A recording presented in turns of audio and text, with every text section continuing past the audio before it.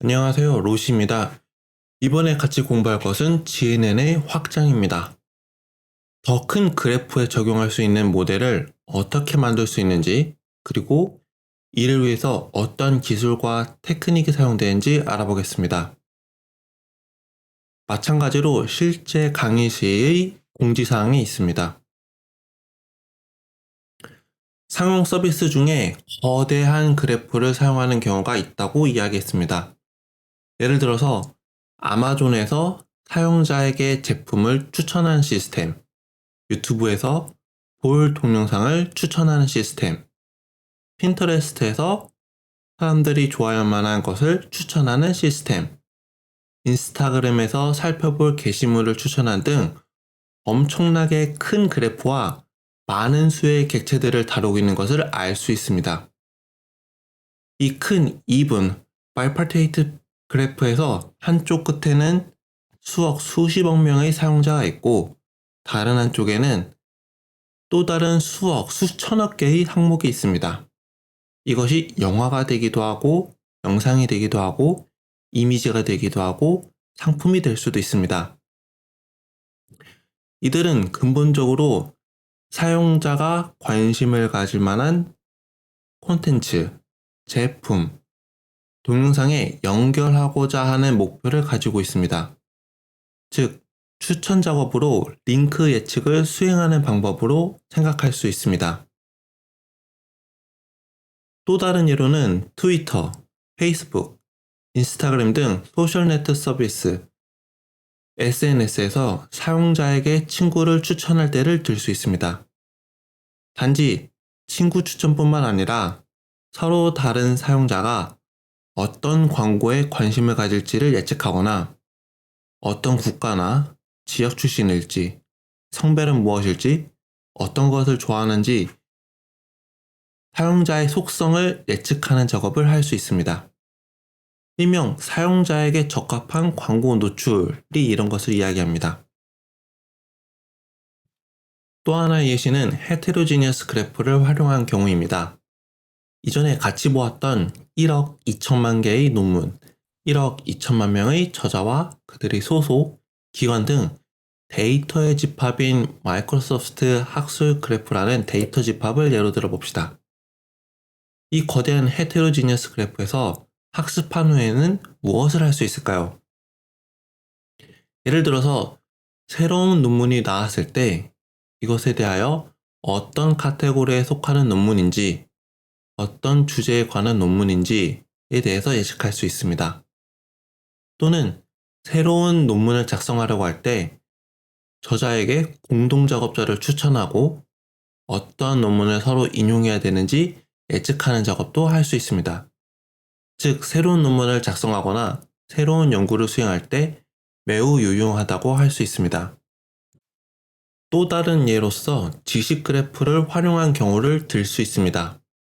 예를 들어서 위키피디아에서 나오는 지식 그래프, 프리베이스에서 나오는 지식 그래프에서 지식 그래프 완성 작업을 수행하거나 지식 추론 작업을 한다고 합시다. 우리는 이 과정에서 새로운 지식을 얻을 수 있을 것입니다. 그리고 이 모든 애플리케이션의 공통점은 대규모라는 것입니다. 노드와 엣지의 수는 수억 개에 달합니다. 그리고 각 경우에 따라서 사용자, 항목, 논문 분류 예측과 같은 일종의 노드 수준 작업과 링크, 추천, 링크 예측과 같은 링크 수준 작업을 할 수 있습니다. GNN을 어떻게 이 정도 크기의 그래프를 다룰 수 있을 정도로 확장할 수 있을까요? 어떤 종류의 시스템이나 알고리즘을 개발하여 이런 종류의 방대한 양의 데이터를 학습하거나 다룰 수 있을까요? 우선 우리가 하려는 것이 왜 어려운지, 이 정도의 관심을 쏟아가면서 배울 정도의 문제인지를 알아보겠습니다. 이를 통해 특별한 방법과 해결 방식이 필요하다는 것이 체감될 것입니다. 큰 데이터 세트가 있을 때 일반적인 딥러닝 프레임워크에서 어떻게 하는지 생각해 봅시다. 일반적인 목표는 학습 데이터에 대한 손실, 즉 평균 손실을 최소화하는 것입니다. 훈련 데이터 포인트가 n개라고 가정합시다. 우선 0에서 n-1까지의 각 데이터 포인트 i에 대해서 손실을 측정합니다. 그리고 그 합계를 구하고 이를 총 데이터 포인트의 수로 나누어 평균을 구합니다. 손실이란 실제 레이블과 예측 모델이 만든 예측 사이의 불일치를 계산하는 것입니다. 그리고 현재 모델의 매개 변수인 세타에서 총 손실을 계산할 수 있습니다. 이 손실에 대한 기울기를 계산하고 총 손실이 최소화되는 방식으로 모델 매개 변수를 업데이트합니다. 이를 통해 모델의 매개 변수가 변경되므로 모델 예측이 변경됩니다. 이렇게 변경된 예측의 손실, 실제 레이블과 예측 레이블 간의 불일치는 점점 작아지게 됩니다. 여기서 중요한 점은 모든 학습 데이터 포인트에 대한 이러한 손실 기여도를 합산해야 한다는 것입니다. 훈련 데이터 포인트의 수가 너무나 많기 때문에 이는 실질적으로 불가능한 경우가 많습니다. 따라서 이를 조금 변형하여 미니 배치라고 하는 m개의 데이터를 작은 그룹으로 선택한 다음 미니 배치의 포인트만 살펴보는 작은 합산을 사용합니다. 이 미니 배치가 큰 합계를 근사화한다고 가정하고 작업합니다. 대략 하나의 샘플링에 100개, 1000개 정도에 되는 데이터 포인트를 사용한다고 합시다. 이에 대한 손실을 계산한 다음 그레디언트를 하는 것입니다. 이로 인해서 손실, 그라데이션은 확률적이고 부정확할 것입니다. 특히나 선택한 임의 포인트 n의 정확한 하위 집합에 따라서 달라지기 때문에 무작위적일 수밖에 없습니다. 하지만 미니 배치의 크기인 m이 데이터의 총량보다 훨씬 작기 때문에 계산하는 것이 훨씬 빠르므로 모델이 더 빨리 수렴할 수 있습니다. 이제 이를 그래프 신경망으로 적용하려면 어떻게 해야 할까요? 노드 수준의 예측 작업을 한다고 가정하면 노드 집합 n을 서브 샘플링해서 미니 배치에 넣은 다음 이를 통해 학습한다고 가정할 수 있습니다. 말이나 이미지적으로는 간단해 보이고 잘 작동할 것 같습니다.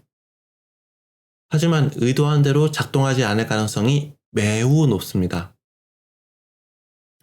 예를 들어 미니 배치에서 노드 집합 m을 독립적으로 샘플링한다고 합시다. 아래의 그림과 같이 샘플링할 노드들이 골라졌다고 합시다.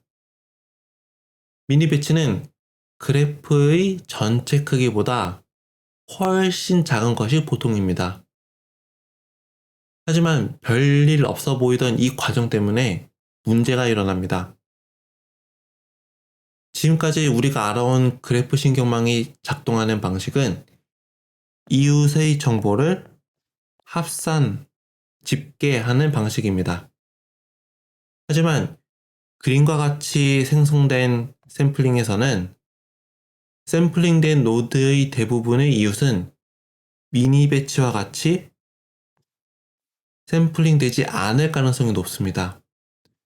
즉, 우리는 그래프를 원했는데 노드들만 골라진 것입니다. 즉, 무작위적인 방법으로는 미니 배치에 포함된 노드가 서로 격리된 노드가 되는 경향이 있다는 것입니다. 그리고 GNN은 그래프에서 이웃 노드들의 정보를 집계하여 노드 임베딩을 생성하는데 필요한 이웃 노드들은 미니 배치에 포함되어 있지 않기 때문에 이 정보를 집계할 수가 없습니다. 집계할 것이 아예 없습니다. 그리고 고립된 노드에 대해서 계산하는 손실과 전체의 손실이 비슷하기도 어렵습니다. 즉, 우리가 미니 배치를 통해 계산한 손실은 전체의 것과 유사하지 않을 것입니다. 즉, 지금과 같은 방법으로는 그래프 신경망에서 효과적으로 훈련할 수 없다는 뜻입니다. 미니 배치의 노드가 서로 연결되어 있지 않기 때문에 그렇습니다. 여기에 설명한 것처럼 단순히 노드의 하위 샘플을 선택하는 순간 여기에서 미니 배치를 구현하면, 그리고 이에 대해서 학습을 수행하면 이웃 간의 메시지 전달이 없기 때문에 전체적으로 실패하는 것입니다. 우선 훈련 데이터의 하위 집합을 선택하지 않고 그라디언트를 계산하기 위해서 풀 배치 임플리멘테이션, 전체 배치 훈련이라고 하는 것을 수행하는 과정을 알아봅시다. 전체 배치 훈련의 문제점은 모든 노드에 대한 임베딩을 동시에 생성해야 한다는 것입니다. 여기에서 중요한 것은 여러 레이어에 걸쳐서 노드의 임베딩이 있다는 점입니다. 레이어마다 노드의 임베딩을 얻는 과정을 봅시다. 입력된 노드 속성만 있는 레이어 0에서 시작하여 첫 번째 레이어의 전파, 취합 과정을 통하여 레이어 1의 노드 임베딩을 얻습니다. 마찬가지로 레이어 2의 노드 임베딩은 첫 번째 레이어 임베딩을 전파, 취합하여 얻을 수 있습니다. 즉, 메모리의 그래프의 모든 노드들의 속성들을 로드한 다음 GNN의 각 레이어에서 이전 레이어의 모든 노드의 임베딩을 사용하여 새로운 노드의 임베딩을 계산한다는 뜻입니다. 그리고 이전 레이어 임베딩을 활용하여 다음 레이어 임베딩을 만드는 이 재기적인 구조 때문에 전체 그래프와 이전 레이어의 모든 노드 임베딩을 메모리에 저장할 수 있어야 합니다. 거기에 다음 레이어의 노드에 대한 임베딩을 생성할 수 있는 충분한 메모리까지 확보해야 합니다. 그 다음에는 손실을 계산하고 경사강을 계산할 수 있습니다. 이를 활용하여 임베딩 모델의 최적화를 진행합니다. 풀 배치 구현이 문제가 되는 이유는 무엇일까요? 두 가지 이유로 문제가 됩니다. 한 가지 이유는 전체 배치 학습을 수행하는 데 시간이 너무 오래 걸립니다. 이 작업이 시간적으로, 데이터적으로 비효율적이기 때문입니다. 하지만 누군가는 시간이 충분하기 때문에 시간이 조금 더 걸리더라도 상관이 없다 라고 생각할 수 있습니다. 그렇더라도 큰 그래프에 대한 전체 일괄 학습을 구현하는 것은 여전히 어렵습니다. 거의 불가능에 가깝습니다. 그 이유는 하드웨어적인 한계입니다. 우리는 뛰어난 그래픽 카드의 연산 능력을 활용하고 싶습니다. 다른 머신러닝도 이를 활용한 이점이 많이 활용되었기 때문에 이는 당연한 접근 방법입니다. 하지만 GPU의 메모리는 매우 특별한 종류의 초고속 메모리가 있지만 그 크기는 매우 작습니다. 최신의 그래픽카드도 대략 10에서 20GB의 메모리를 가지고 있습니다. 그리고 현재 구입할 수 있는 최대 용량은 대략 30GB로 우리가 사용할 수 있는 것보다 아주 조금 더 큽니다. 그리고 그런 그래픽카드를 가지고 활용할 수 있는 사람들은 극소수의 사람들 뿐일 것입니다. 핵심은 그 수준의 메모리로는 풀 배치를 수행하기에 너무 부족하다는 것입니다. 예를 들어 10억 개의 노드가 있고 각 노드당 1바이트의 속성, 피처스가 있다고 가정하면 쉽게 계산해도 10TB의 메모리가 필요합니다. 이는 GPU로는 어림도 없고 CPU를 사용하는 대형 서버에서나 얻을 수 있는 메모리입니다. 이미 알고 계시다시피 CPU는 메모리가 많지만 연산 속도가 느리고 GPU는 메모리가 매우 작지만 계산 속도는 매우 빠릅니다. 전체 배치를 수행하려면 모든 속성, 임베딩 및 전체 그래프 구조를 GPU 메모리에 공급해야 합니다. 그러기에는 10GB는 너무 작습니다. 따라서 전체 배치를 수행하려면 사용 대상 그래프를 수천 개의 노드 또는 그 이상의 그래프나 네트워크로는 확장할 수가 없습니다. 하지만 우리가 다루고 싶은 그래프는 이미 수백만이 아닌 수십억 개의 노드와 연결등이 있습니다.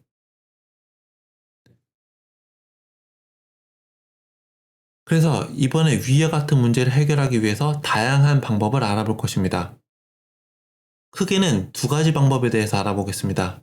작게 보면 총 세 가지의 방법에 달하는데 그중 두 가지는 각 미니 배치에서 작은 하위 그래프에 메시지 전달을 수행하는 것을 기반으로 합니다.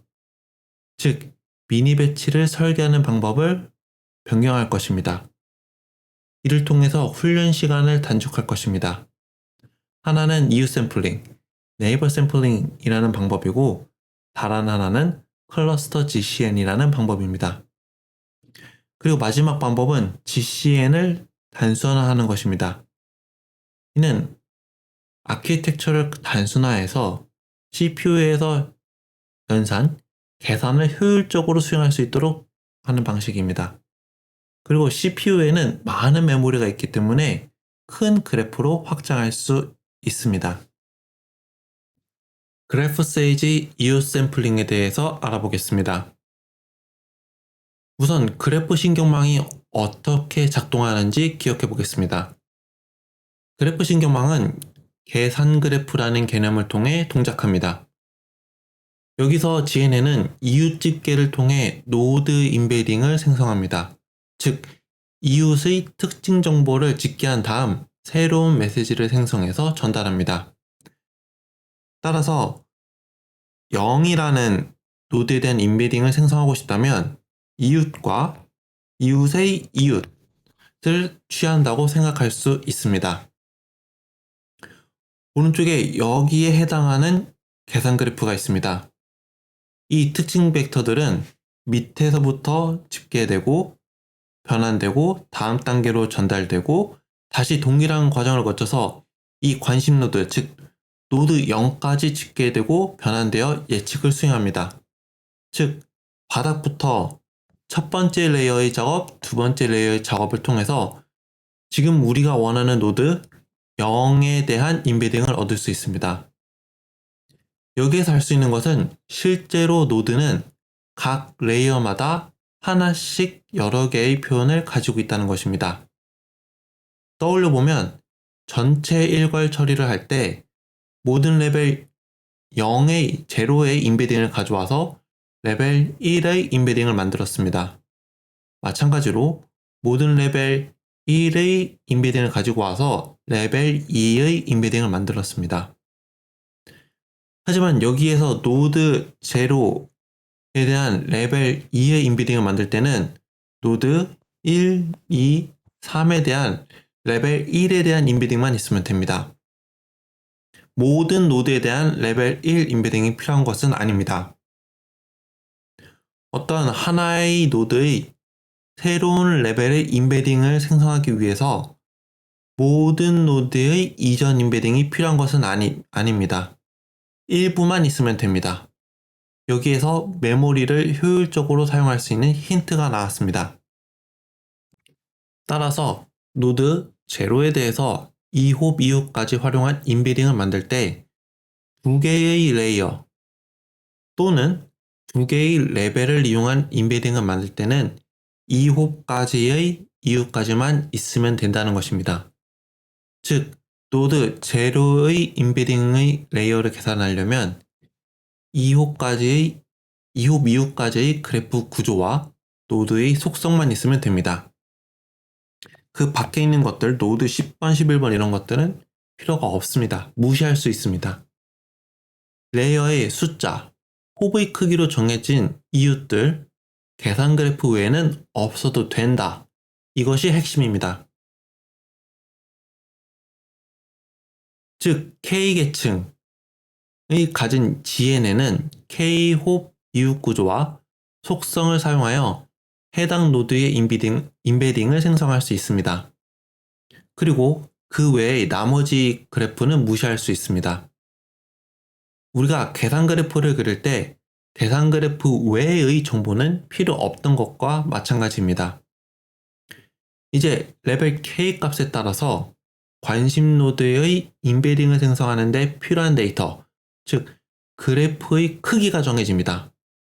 이는 전체 그래프의 크기와 비교했을 때는 상대적으로 매우 작은 크기입니다. 즉 그래픽 카드에 알맞은 정도로 K 값을 조절할 수 있습니다.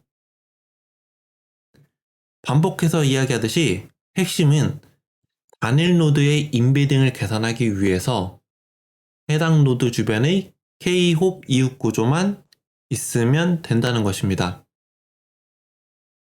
나머지 네트워크는 이 관심 노드의 인베딩에 영향을 미치지 않습니다.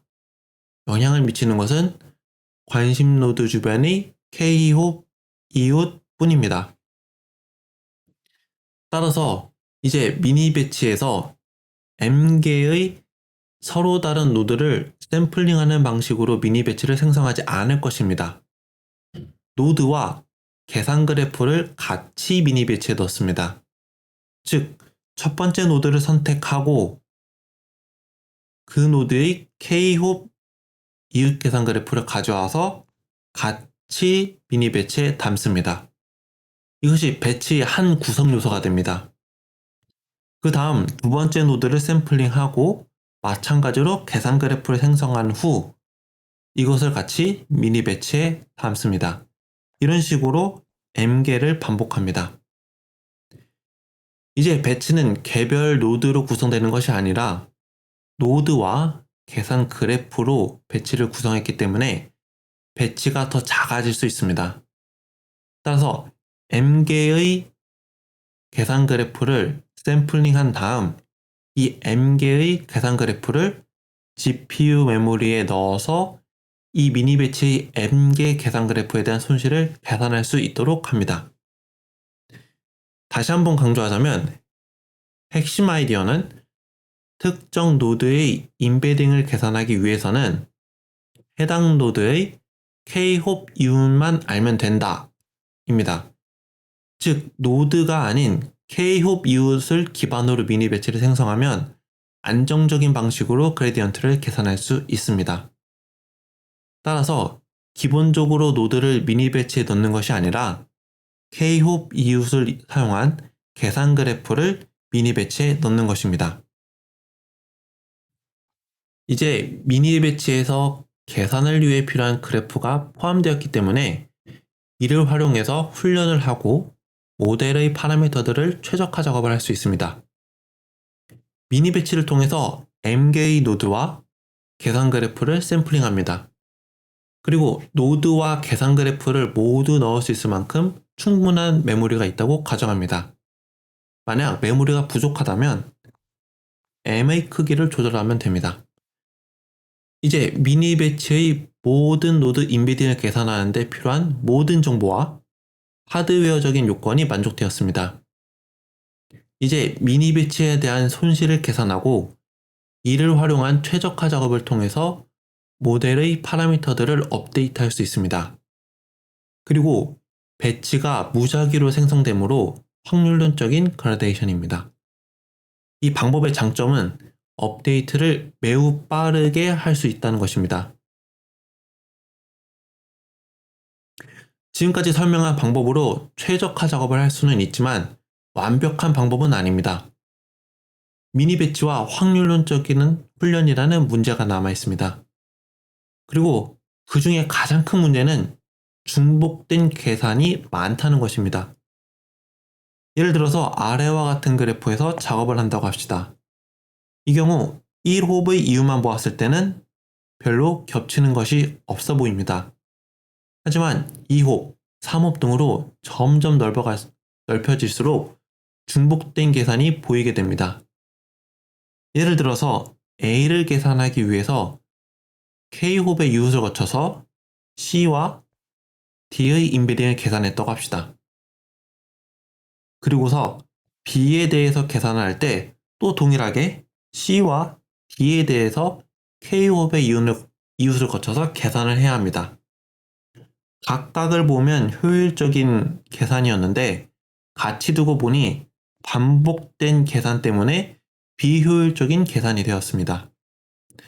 이를 최대한 간결하게 중복되는 부분을 공유해서 최적화된 계산 방식이 오른쪽에 보이는 그림입니다. 이를 통해 계산 시간과 비용도 절감하고 메모리도 더 효율적으로 사용할 수 있습니다. 이번에는 K 값이 커지면서 계산 비용이 왜 많이 드는지 알아보겠습니다. 첫 번째 이유는 깊이가 깊어질수록 계산 그래프의 크기가 기하급수적으로 증가하기 때문입니다. 오른쪽 그림과 같이 모든 노드에 자식이 3개만 있다고 합시다. 이때 레이어의 수가 증가함에 따라서 사용되는 노드의 수는 기하급수적으로 증가합니다. 여기에 사용될 메모리와 계산 과정 또한 같이 증가할 것입니다. 두 번째는 많은 다른 노드가 연결되는 허브 노드, 유명인 노드, 고차원 노드가 있다는 것을 생각해야 합니다. 대부분의 그래프에는 이러한 그 노드들이 있습니다. 이러한 노드들이 계산 그래프에 포함되는 순간 계산 그래프의 크기는 갑자기 예측할 수 없게 커지게 됩니다. 예를 들어서 누군가에 대한 인베딩을 친구를 통해서 만든다고 합시다. 친구의 친구가 유명한 사람, 예를 들어서 연예인이라고 했을 때 친구의 친구를 계산 그래프에 넣는 순간 계산 그래프의 크기가 갑자기 바뀔 것입니다. 커뮤니티가 작은 학교 안에서는 인싸인 친구가 포함되는 수준이지만 수억의 팔로워를 가진 지구적인 스타가 포함된다면 큰 문제일 수 있습니다. 수억이 넘는 노드들을 처리해야 된다는 뜻입니다. 그리고 이것들의 추가적인 문제는 생각보다 더 자주 이런 노드들을 마주치게 된다는 것입니다. 말 그대로 허브와 같은 노드이기 때문입니다. 즉, K홉에 모든 이웃을 포함하는 것도 현실적인 대답이 되지 않는다는 것입니다. 이때는 어떻게 해야 할까요? 이제 여기에 이웃 샘플링이라고 하는 방법을 적용할 것입니다. 핵심은 모든 노드의 최대 H개만큼의 이웃을 샘플링하여 계산 그래프를 구성하는 것입니다. 즉, 모든 노드는 H개가 넘는 이웃을 계산 그래프에 포함시킬 수 없습니다. 예를 들어 H가 2라고 가정하면 원래의 계산 그래프는 모든 집계가 들어가야 되지만 이로 인해서 최대 2개의 노드씩만 짓게 됩니다. 즉 가지치게 된 것입니다. 여기에서는 이만큼의 분기가 날아가게 되고 여기서는 또 이만 각각으로 밑에 해당되는 그래프들이 사라지게 됩니다. 이것이 의미하는 바는 이제 계산 그래프가 훨씬 더 관리하기 쉬워진다는 것입니다. 그 크기 값, K 값이 커지더라도 H 값의 크기에 따라서 계산 그래프의 최대 노드의 수가 결정됩니다. 그보다 적을 수는 있지만 더 커질 수는 없습니다. 따라서 핵심은 이렇게 변화된 가지치기 된 계산 그래프를 사용하여 노드 인베딩을 보다 효율적으로 계산할 수 있다라는 것입니다. 이제 계산 그래프 샘플링을 하는 방법을 알아봅시다. 우선 모든 노드와 계층에 대해서 시작 노드, 지금 같은 경우 0에서 K홉의 이웃을 계산합니다. 그리고 계산 그래프의 모든 노드에 대해서 최대 H의 무작위 이웃을 선택합니다. 즉, K계층 GN에는 계산 그래프에서 최대 H의 K제곱만큼 노드 수가 추가됩니다. 따라서 우리의 계산 그래프는 여전히 기하급수적으로 확장되지만 H에 의해서 그 상한선이 제한됩니다. 계산 그래프의 확정이 그렇게 나쁘거나 빠르지는 않을 것입니다. 그리고 이 값들을 조절해 가면서 충분한 깊이로도 갈 수 있습니다. 이제 지금까지 알아본 것들에 대해서 정리해야 됩니다. 첫째로는 얼마나 많은 이웃을 샘플링 하냐에 따라서 트레이드 오프가 있다는 것입니다. H가 작을수록 계산 그래프가 작아지기 때문에 더 효율적인 집계가 가능합니다. 하지만 메시지 집계를 수행할 때 원본 계산 그래프에서 점점 더 많은 부분을 무시했기 때문에 학습이 더 불안해질 수 있습니다. 따라서 그레디언트 추정치는 더 노이즈가 많고 분산이 많아질 것입니다. 분산이 커질 것입니다. 또 다른 한 가지는 계산, 시간적인 부분입니다. 이웃 샘플링을 사용하여도 계산 그래프의 크기는 레이어의 수에 대해서 여전히 기하급수적으로 증가합니다. 하지만 H가 그렇게 크지 않고 K값도 그렇게 크지 않다면 다룰 만한 크기로 조절할 수 있습니다. 계산 그래프가 밀도가 높은 경우, 연결성이 많은 빽빽한 경우 GNN에 레이어를 하나 더 추가하면 계산이 H배 더 필요합니다. 하지만 대략적으로 H는 5에서 10 정도이고 K도 대략 5의 근처의 값이라면 작업을 할 수 있습니다. 마지막으로 세 번째입니다. 지금까지 우리는 H계의 이웃을 선택할 때 무작위로 고른다고 하였습니다. 이 방법이 빠르기는 하지만 여러 가지 이유로 최선, 베스트는 아닙니다. 단적으로 골라진 이웃이 덜 중요한 이웃이라면 효과가 많이 떨어질 수밖에 없습니다. 예를 들어서 처음에 무작위로 선택한 노드가 이웃이 없는 경우 그 이후의 계산 그래프를 생각한다면 엄청난 손해를 볼 수밖에 없습니다. 해당 노드가 정말로 중요한 것이 아닌 이상 여러 방면으로 손해입니다. 실제로 그래프에서 단일 노드 또는 연결성이 낮은 노드가 많이 있습니다.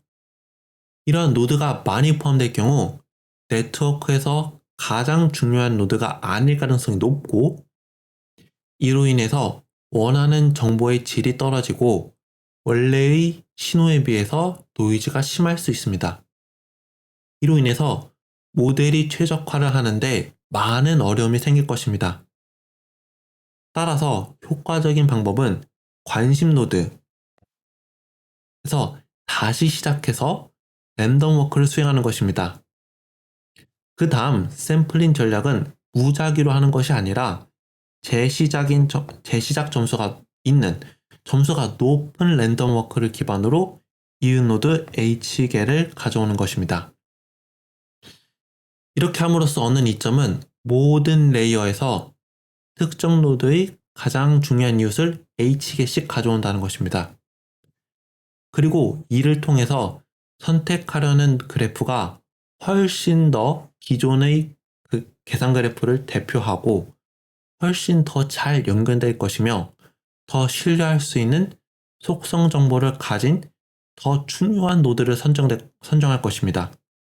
더 활동적인 노드를 선택하므로 예측에 더 품질이 좋은 고급 정보를 사용할 수 있다라는 것을 의미합니다.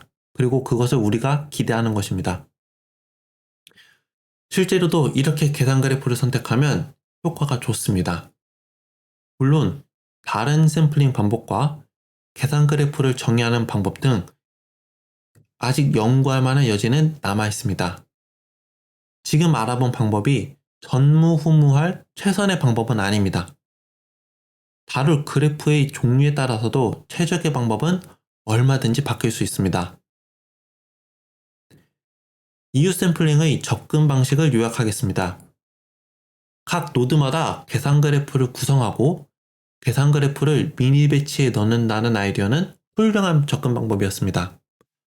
하지만 계산 그래프가 높은 수준의 허브 노드를 포함하기 시작하면 매우 빠르게 커질 수 있기 때문에 계산적으로 부담이 됩니다. 이를 위해서 계산 그래프를 확률적으로 생성하거나 하위 샘플링하는 이유 샘플링을 제안했습니다. 이를 통해서 계산의 효율성을 높일 수 있습니다. 그럼에도 불구하고 여전히 계산 그래프의 깊이가 깊어지면, 즉 K 값이 커지면, GNN 모델의 레이어 수가 늘어나면 계산 그래프는 지수적으로 커집니다. 이는 배치의 크기를 줄여야 한다는 것을 의미하고, 이로 인해서 미니 배치의 그라데이션이 덜 안정적이게 될 것이란 것을 의미합니다. 간단하게 이야기하면 한 번에 적은 개수를 연산할수록 전체를 대표하는 속성이 나빠진다는 것입니다. 배치에 들어가는 계산 그래프의 개수가 적으면 전체에 대한 그라데이션의 신뢰성이 떨어집니다.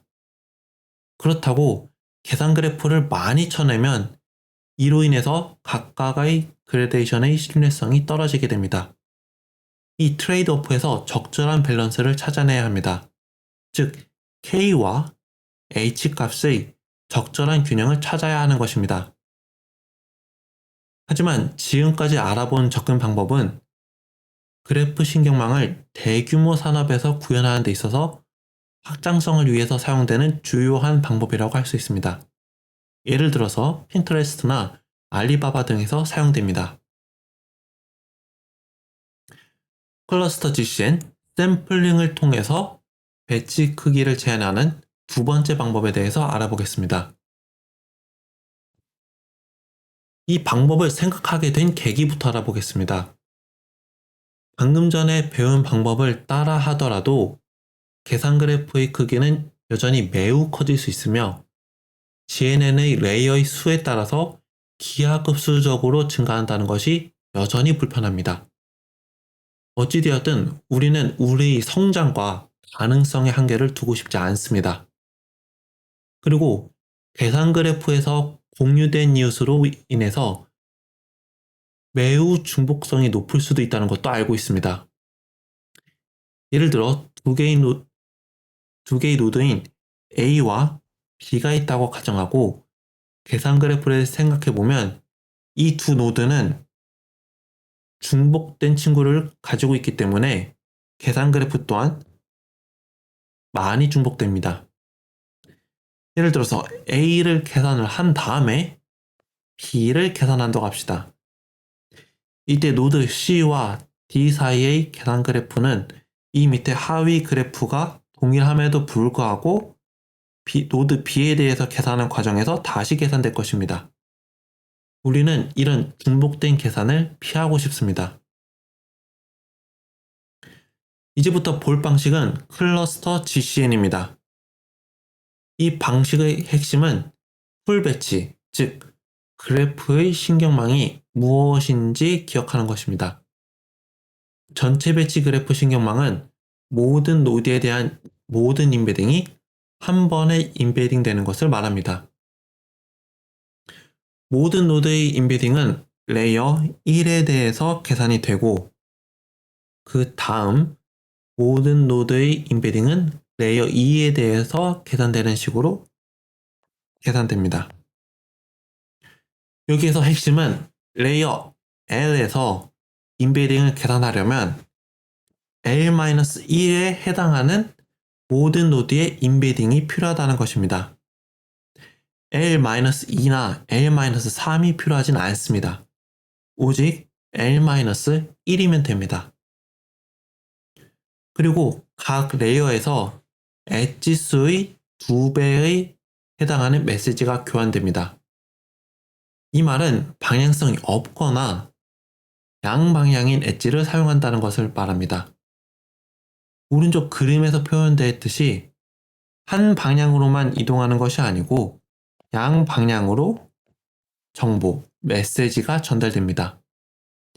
양방향이기 때문에 엣지의 수의 2배에 해당하는 메시지가 교환됩니다. 이러한 전제하에 전체 배치 구현의 단일 레이어에서 수행해야 될 계산의 양은 그래프의 크기의 선형적인 증가를 보입니다. 즉, 그래프의 엣지의 수에 대하여 계산하는 양이 선형적으로 증가합니다. 물론 지수적으로 증가하는 것보다는 좋지만 여전히 빠르게 증가하는 편입니다. 여기에서 문제는 우리가 다루고 싶은 그래프가 너무나도 크다는 것입니다. 처음에 예시로 들었던 그래프들을 생각해보면 알 수 있습니다. 노드의 개수가 몇십억 개의 단위입니다. 풀배치 GNN의 교훈은 레이어별 노드 인베딩 업데이트를 통해서 이전 레이어의 인베딩을 재사용할 수 있다는 것입니다. 이 방법을 사용하면 이웃 샘플링의 계산 중복을 크게 줄일 수 있습니다. 한 레이어에서 다음 레이어로 인베딩을 생성하는 이 레이어별 업데이트가 매우 저렴하다는 것을 활용할 것입니다. 필요한 곳은 오직 이전 레이어의 인베딩 뿐입니다. 이를 집계하고 특정 노드의 이전 레이어 인베딩과 결합하면 새로운 인베딩이 됩니다. 이 작업은 매우 빠르게 계산할 수 있습니다. 계산에 필요한 시간을 생각해보면 그래프 크기에 대해서 선형적으로 증가합니다. 집계하는 엣지의 수가 선형적으로 증가하기 때문에 이를 계산하는 데 걸리는 시간도 선형적으로 증가하는 것입니다.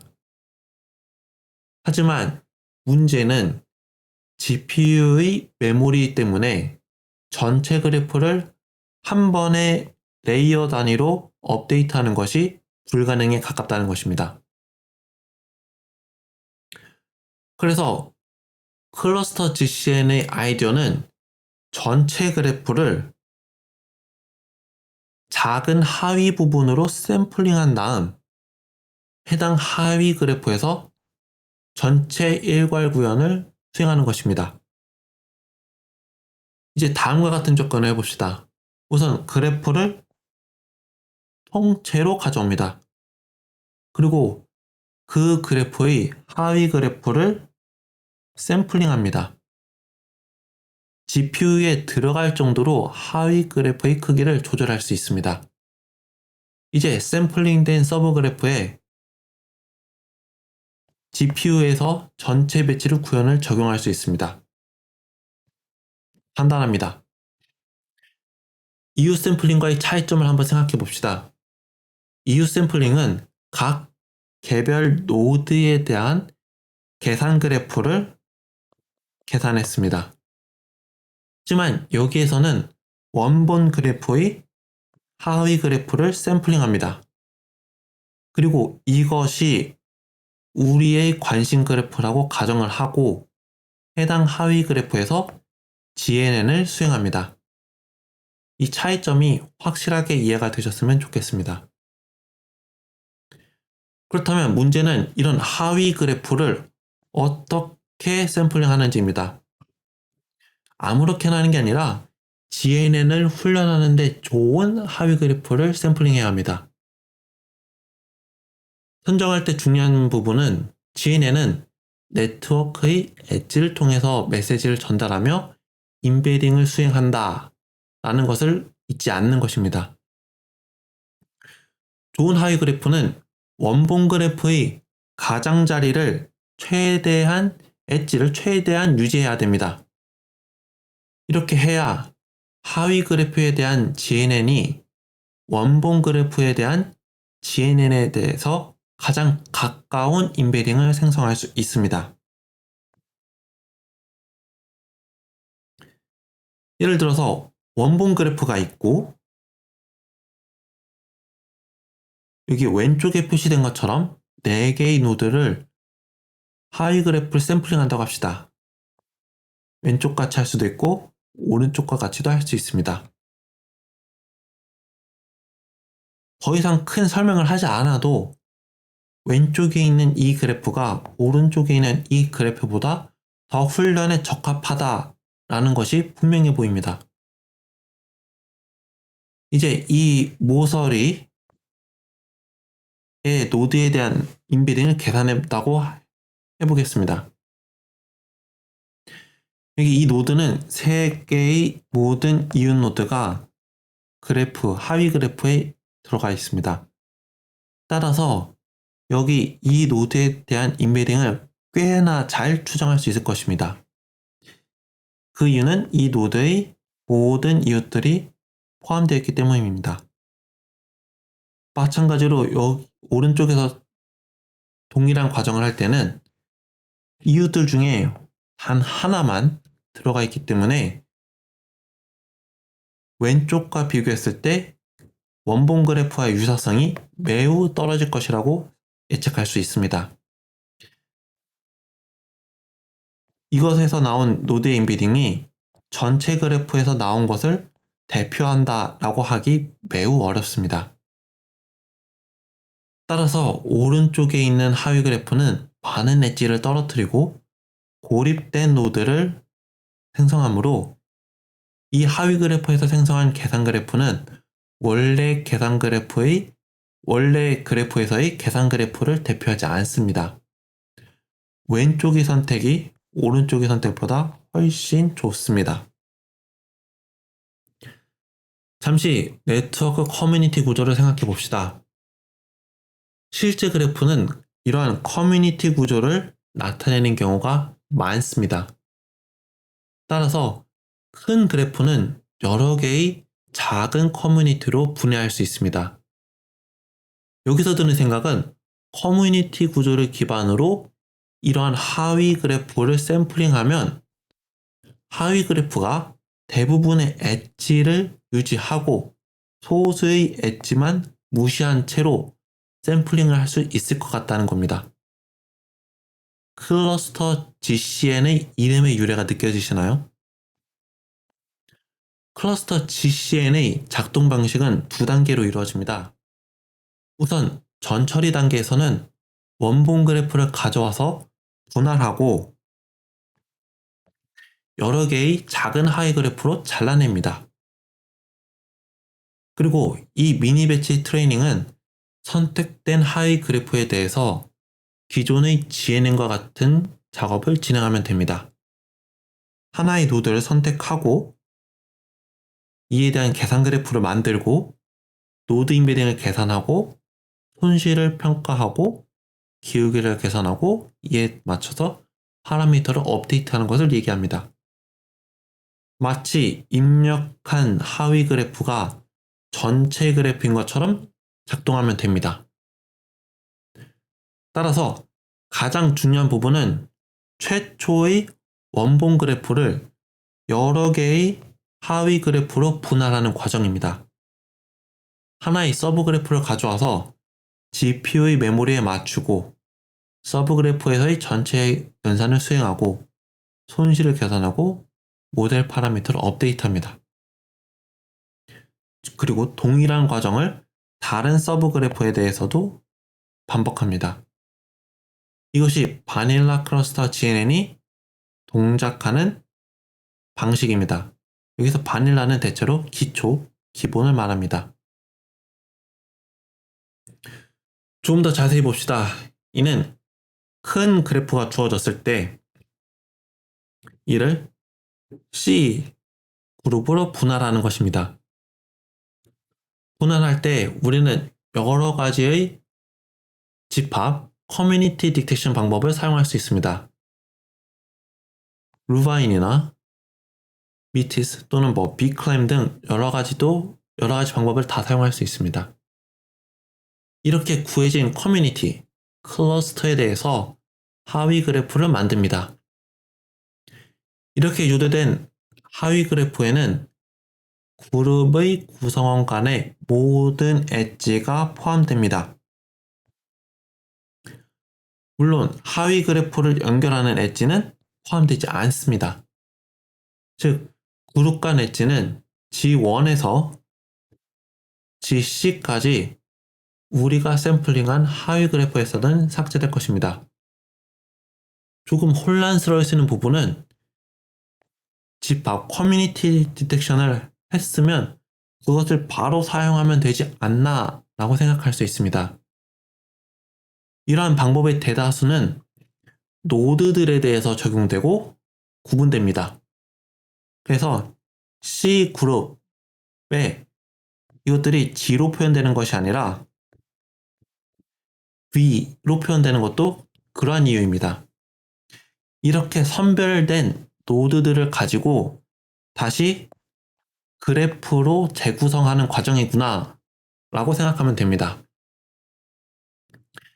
이제 각 미니 배치에 대해서 하나의 노드 그룹, 하나의 하위 그래프를 샘플링하고 해당 노드 세트에 대한 유도된 하위 그래프를 생성합니다. 이제 이렇게 생성된 것이 GPU에서 계산으로 사용될 그래프입니다. 여기에서 한 가지 짚고 넘어갈 것은 이 유도된 서브 그래프가 GPU 메모리에 맞아야 한다는 것입니다. 만약에 서브 그래프가 너무 커서 GPU에 맞지 않으면 소용이 없습니다. 이제 레이어별 노드 업데이트는 기본적으로 전체 배치에서 수행하는 것과 동일한 작업을 합니다.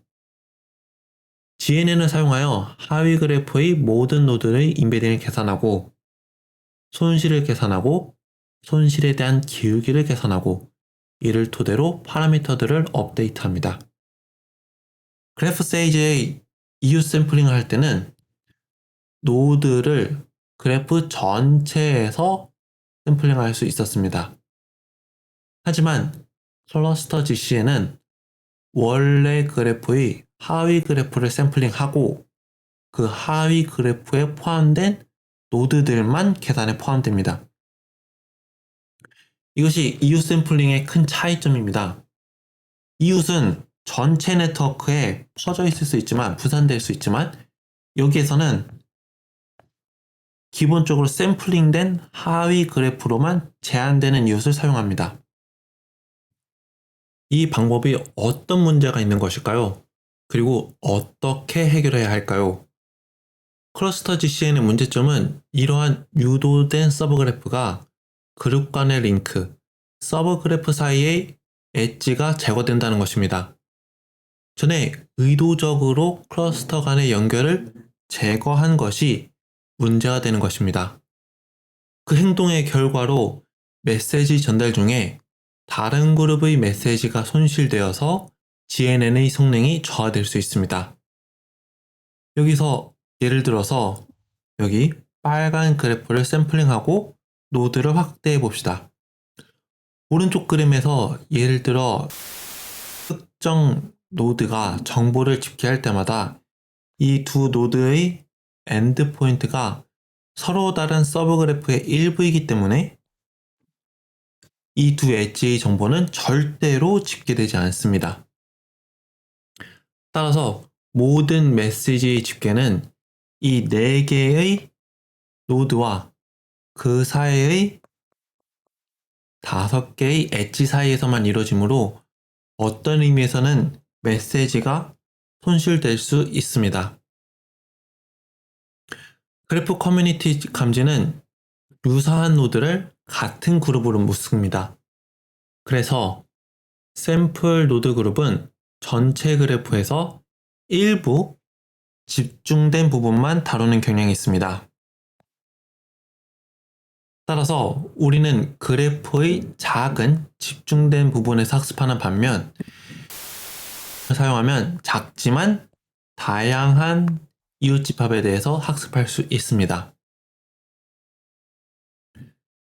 샘플링된 노드들, 샘플링된 하위 그래프가 전체 그래프에서 특정한 부분을 집중할 가능성이 매우 높기 때문에 하위 그래프가 전체 학습 그래프를 대표할 수 있는 다양성이나 대표성을 충분히 갖지 못했다는 뜻입니다.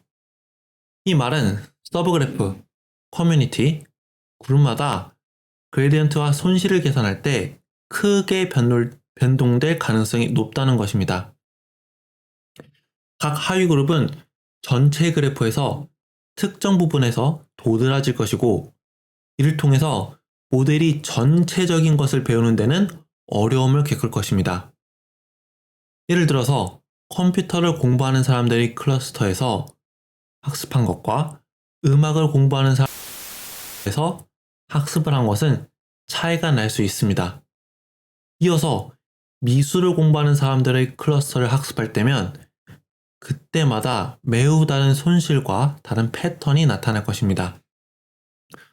따라서 기울기가 상당히 많이 변동하고 훈련이 매우 불안정해집니다. 실제로 기울기 하강 또는 확률적인 기울기 하강이 느리게 수렴하게 됩니다. 이를 개선하는 방법으로 볼 것은 Advanced Cluster GCN입니다. 핵심은 미니 배치당 여러 개의 노드 그룹을 넣는 것입니다. 여러 개의 클러스터들로 이루어진 하위 그래프들을 미니 배치에 샘플링하는 것입니다. 나머지는 클러스터 GCN에서 동일하게 유도된 하위 그래프를 가져와서 GPU의 메모리에 넣고 업데이트를 하고 나머지 과정을 진행합니다. 여기에서 핵심은 여러 노드 그룹, 클러스터를 통해서 하나의 배치에서 다양한 하위 그래프들을 사용하게 된다는 것입니다.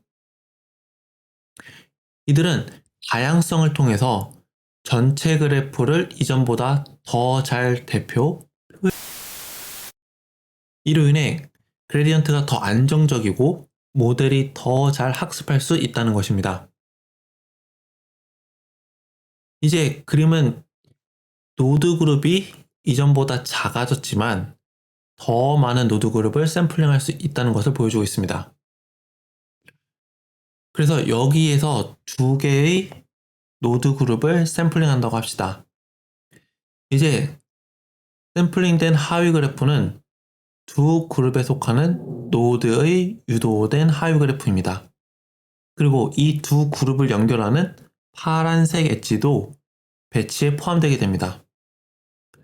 따라서 이것은 샘플된 노드가 더 대표성이 높아지고 더 다양성을 가지고 있다는 것을 의미합니다.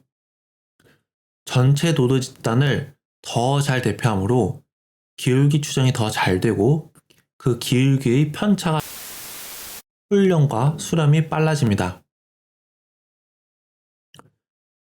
조금 더 천천히, 조금 더 자세하게 알아봅시다. 이전과 마찬가지로 9단계로 진행합니다. 우선 노드를 원래 버전보다 훨씬 작은 하위 그룹으로 분리합니다. 나중에 다른 그룹과 합칠 것과 한정적인 GPU의 메모리를 고려한다면 적당한 사이즈를 알아낼 수 있습니다. 미니 배치 훈련을 할 때도 여러 노드 그룹을 무작위로 샘플링합니다. 그리고 노드 그룹을 하나의 슈퍼그룹, 상위 그룹으로 취합합니다. 그리고 전체 상위 그룹에 대해서 유도된 하위 그래프를 만들 것입니다. 슈퍼그룹은 모든 구성원 간의 엣지도 포함시킵니다. 즉, 작은 하위 그룹 내부의 엣지뿐만 아니라 작은 하위 그룹 사이의 엣지도 포함됩니다. 그리고 나서는 클러스터 과 같은 방식으로 진행합니다. 이제 클러스터 GCN의 접근 방식과 이오 샘플링 접근 방식을 두 가지 측면에서 비교해 보겠습니다. 전체 그래프의 노드의 수가 n이라고 합시다. 그리고 샘플링에 들어간 노드의 개수를 m이라고 합시다. 이오 샘플링은 계층당 h개만큼의 노드를 샘플링합니다. K개의 레이어를 사용한다면 HA K승만큼의 계산이 필요합니다. 이때 미니 배치의 총 크기는 m의 h를 곱한 값에 k의 거듭 제곱을 곱한 값입니다. 모든 노드에 대해서 계산을 해야 되니 m개만큼의 계산 그래프가 필요하게 됩니다. 따라서 메모리와 계산에 드는 비용은 m의 h의 k승이 됩니다. 클러스터 GCN에서는 샘플링에 의해 선정된 m개의 노드에 의해 유도된 서브 그래프에서 메시지 전달을 하고 있습니다. m개의 노드에 대한 서브 그래프는 평균 차수의 m배에 달하는 엣지 수를 포함한다고 보는 것이 통계적으로 적당합니다. 그리고 K 홉셋 이웃에 대해서 메시지 전달을 하고 있습니다. 이 접근 방식의 계산 비용은 K 곱하기 M 곱하기 평균 차수가 됩니다. K계층 GNN에서 M개의 노드의 인베딩을 생성하는 데 기준으로 삼겠습니다. 이 상황에서 두 방법을 계산 비용적인 측면에서 비교해 봅시다. 이웃 샘플링의 방법은 M 곱하기 H의 K승입니다. 클러스터 GCN에서는 K의 M을 곱한 값에 평균 차수를 곱한 값입니다. 우리가 만약에 H를 평균 차수의 절반이라고 가정하면 클러스터 GCN이 이웃 샘플링보다 계산적으로 훨씬 더 효율적이라는 결론이 나옵니다. 깊이에 대한 지수적으로 증가하는 것 대신에 선형으로 증가하기 때문입니다. 이 둘의 차이는 그 깊이가 깊어질수록 커지게 됩니다. 이론적으로 보았을 때는 클러스터 GCN의 승리입니다. 실제로는 어떨까요? 역시나 데이터의 집합에 따라 다릅니다. 일반 H를 평균의 절반보다 조금 더 크게 설정합니다. 예를 들어서 평균의 2배에서 3배 정도로 합니다. 하지만 레이어의 개수 K는 그렇게 큰 경우가 별로 없습니다. 따라서 실제로는 이웃 샘플링의 접근 방식이 더 많이 사용되는 경향이 있습니다. 요약하자면 클러스터 GCN은 먼저 그래프의 전체 노드 집합을 작은 노드 그룹으로 분할합니다. 각 미니 배치에서 여러 노드 그룹이 샘플링되고 그 노드 그룹과 노드가 함께 짓게 됩니다. 그런 다음 샘플링한 그룹을 합쳐서 노드에 대해서 하위 그래프를 생성합니다. 그 다음 GNN은 하위 그래프에 대해서 계층별 노드 인베딩 업데이트를 수행합니다. 일반적으로 클러스터 GCN은 특히 레이어 수가 많을 때 이웃 샘플링보다 계산적으로 더 효율적입니다. 하지만 클러스터 GCN은 커뮤니티 간의 그룹 간의 엣지가 빠져 있습니다. 이것 때문에 레이어의 수가 깊어질수록 원래의 그래프와는 다르게 시스템적으로 편향된 그라데이션이 발생합니다. 다른 클러스터로 확장되던 것이 연결이 끊어져서 서로 영향을 주고받지 못하는 것이 이유입니다. 이로 인해서 원본 그래프에서 깊이 갈 수 있을 만큼은 갈 수 없습니다. 따라서 전반적으로 이웃 샘플링이 추가적인 유연성 때문에 더 많이 사용된다고 할 수 있습니다. 세 번째로 아키텍처를 단순화하여 그래프 신경망을 확장하는 것입니다. 이것은 앞의 두 가지 방식에 대해서는 직교적인 접근 방식입니다. 이 방법은 그래프 컨볼루션 네트워크 GCN에서 시작합니다.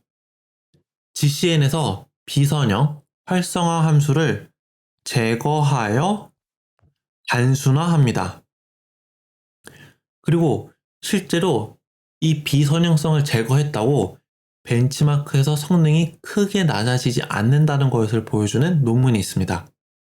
즉, 이제 이 단순화된 GCN 아키텍처는 매우 빠르게 훈련할 수 있는 확장성이 뛰어난 모델이라는 것이 밝혀졌습니다. 그래프 신경망의 표현력을 단순화해서 더 빠르게 훈련할 수 있다. 이 부분이 핵심입니다. 물론 다른 표현학습의 핵심은 복잡한 표현을 모델링할 수 있는 복잡한 모델과 이를 학습하기 위한 많은 데이터입니다. 지금 사용하려는 접근 방법은 딥러닝의 일반적인 목적에서 약간 어긋납니다. 여기에서 우리가 하려는 것은 모델을 단순화해서 빅데이터에서 빠르게 실행할 수 있도록 하는 것입니다. 여기에 단점이 있을 수밖에 없습니다. 라이트 GCN에 대해서 가볍게 복습하겠습니다. 인접 행렬을 A, 도수 행렬을 D라고 했을 때 우리는 정규화된 인접 행렬을 다음과 같이 정의했습니다. 인베딩 매트릭스를 E라고 하고 K 레이어에서 인베딩을 E의 K승이라고 표현합시다. GCN의 새로운 이유에서는 정규화된 인접 행렬에 이전 인베딩과 이전 레이어의 가중치를 곱합니다. 그리고 이 값을 비선형 함수인 렐루에 입력하여 그 결과를 새로운 인베딩 값으로 합니다. 여기에서 전에 이야기한 대로 비선형 함수인 렐루를 제거하면 다음과 같은 식으로 정리할 수 있습니다. 각 레이어별 편향치 W는 한쪽으로 모아서 정리할 듯이다. 풀어 쓰고 이를 정리하면 더 이상 이전 레이어의 인베딩부터 차근차근 계산할 필요 없이 정규화된 인접 행렬의 K승에 기본 인베딩을 곱하고 각 레이어의 가중치를 곱함으로써 구할 수 있습니다. 여기에서 K 레이어의 개수이기도 하지만 동시에 K-홉 인접 노드들에 대한 경로에 대한 계산을 하고 있다는 것을 알 수 있습니다. 심플 GCN의 인접 행렬에 자기 스스로를 연결하는 셀프 루프를 가지고 있습니다. 행렬 계산으로는 간단하게 i를 더함으로써 구할 수 있습니다. 심플 GCN은 입력 노드 인베딩 E가 속성으로 주어진다고 가정합니다. 그리고 이렇게 입력된 인베딩 행렬 E는 학습되지 않고 고정되어 있습니다. 이로 인해 바뀌는 중요한 변화는 AKE를 한 번만 계산하면 된다는 겁니다. 즉, 이를 전처리 단계에서 처리하고 된다는 말입니다. GPU를 이용한 본격적인 학습 전에 미리 CPU에서 처리를 하고 기다릴 수 있습니다. 이렇게 전처리된 노드 속성은 이전과 마찬가지로 해당 노드에 해당하는 위치를 통해서 접근할 수 있습니다. 그리고 이것을 확장 가능한 모든 ML 모델, 예를 들어서 선형 모델이나 MLP 같은 것의 입력으로도 사용할 수 있습니다. 심플 GCN의 E를 통해서 선형 모델을 학습하면 일반적인 GCN과 비슷한 성능을 얻을 수 있다는 것을 경험적으로 알고 있습니다. 이제 오늘 배운 다른 방법과 비교해 보겠습니다. 단순화된 GCN은 노드 인베딩을 훨씬 더 효율적으로 생성합니다. 거대한 계산 그래프를 만들 필요도 없고 그래프 샘플링을 할 필요도 없습니다. 심지어 계산 과정도 간단합니다. 모든 것이 간단합니다. CPU에서도 간단한 행렬 곱셈의 전처리 과정을 하면 얻을 수 있습니다. 이렇게 간단하게 전처리한 노드 속성을 얻고 나면 학습 단계도 매우 쉽습니다. 간단하게 노드에 해당하는 줄 로우만 확인하면 됩니다. 이렇게 엄청난 이점을 얻은 대신에 우리가 잃은 것이 있습니다. 간단하게 이야기하면 기존 것과 비교했을 때 표현력이 떨어진다는 것입니다. 즉, 원래 그래프 신경망의 모델에 비해서 단순화된 GCN은 노드 인베딩을 생성할 때 비선형성이 없기 때문에 표현력이 떨어지게 됩니다. 따라서 계산 그래프에서 논의했던 이론들, WL 로스, 동형성 테스트 또는 GC 매핑을 통해서 기존 하위 그래프의 구조를 유지하는 이론은 더 이상 비선형성이 없기 때문에 모두 쓸모가 없어집니다. 따라서 모델의 표현력에서 이론적으로 큰 차이가 생겼습니다. 하지만 많은 실제 사례에서 단순화된 GCN은 잘 작동하는 경향이 있습니다. 이론적으로는 표현력이 훨씬 떨어지지만 원래의 그래프 신경망보다 약간만 표현력이 떨어지는 경향을 보입니다. 그렇다면 이것의 이유는 무엇일까요? 그 이유는 그래프 동형성이라는 것에 있습니다. 이는 수학적인 개념이라기보다는 사회과학적인 개념입니다. 일반적으로 사람들은 이것을 끼리끼리 모인다 라는 표현을 씁니다. 예전에 이야기했듯이 유유상종 등 비슷한 사람들끼리, 비슷한 것들끼리 서로 연결되는 경향이 있다는 것입니다. 예를 들어 컴퓨터 과학자들은 서로에 대해서 잘 알고 있습니다. 음악가들도 서로에 대해서 잘 알고 있습니다. 즉, 공통점이 있거나 관심사를 공유하는 사람들을 연결하기 더 쉽기 때문에 속성을 공유하는 촘촘한 소셜 커뮤니티가 존재한다는 것입니다. 네트워크, 그래프에서 이것이 의미하는 바는 사회적, 생물학적, 지식, 그래프에서 모두에게서 유사한 속성을 가진 노드들이 동일한 레이블을 가지고 있는 경향이 있다는 것입니다. 예를 들어서 인용 네트워크에서는 같은 분야의 논문이 서로 인용되는 경향이 있습니다. 영화를 추천할 때는 사람들이 특정한 장르에 관심이 있어서 같은 장르의 영화를 여러 편 보는 것과 같습니다. 그렇다면 이것이 단순한 GCN, Simplified GCN에서 왜 중요할까요? 왜냐하면 단순화된 GCN의 세 가지 사전 처리 단계는 단순히 K-홉 이웃에 대한 특징 집계이기 때문입니다. 따라서 사전 처리 기능은 학습된 변환이나 비선형 변환 없이 이웃의 특징을 반복적으로 평균화하여 얻습니다. 따라서 결과적으로 엣지로 연결된 노드는 유사한 사전 처리 속성을 가지는 경향이 있습니다. 그리고 레이블을 사용하면 네트워크의 호모필릭, 동형성 부분에서도 클러스터링 되는 경향이 있습니다. 레이블이 네트워크 전체에 걸쳐서 클러스터링 되면 단순화된 GCN이 정말 잘 작동합니다. 그렇다면 단순화된 GCN은 언제 잘 작동할까요? 전제는 모델이 사전 처리된 노드 속성을 사용하여 예측을 수행한다는 것입니다.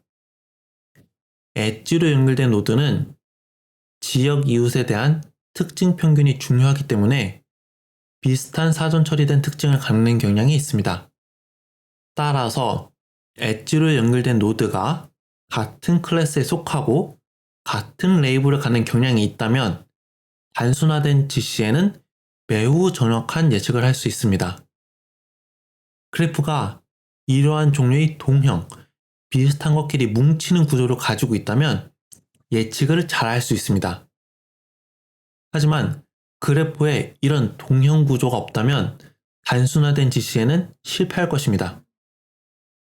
이 정도가 직관적으로 알 수 있는 부분입니다. 일반적으로 레이블이 서로 클러스터링이 되어 있는지 아니면 네트워크 전체에 대해서 분산되어 있는지는 알 수 없습니다. 요약하자면 단순화된 GCN은 GCN의 비선형성을 제거한 다음 노드 특징과 그래프 인적성 행렬의 사전 처리를 단순화하여 계산을 줄입니다. CPU에서 이런 사전적 처리된 특징을 얻으면 확장성이 매우 뛰어난 미니 배치 확률론적 경사각을 사용하여 매개 변수를 최적화할 수 있습니다. 단순화된 GCN은 많은 벤치마크에서 놀라울 정도로 잘 작동합니다. 그 이유는 이러한 벤치마크에 사용된 데이터들이 동형성을 띠는 경우가 많기 때문입니다. 동형성이란 비슷한 레이블을 가진 노드들은 서로 연결되어 있는 경향이 있다라는 것을 말합니다. 같은 네트워크의 일부인 경우가 많기 때문에 비선형성이나 가중치를 달리하지 않고 속성의 단순한 평균을 구하는 것만으로도 실제로 좋은 성능을 얻을 수 있습니다. 이번 시간에도 고생 많이 하셨습니다. 감사합니다.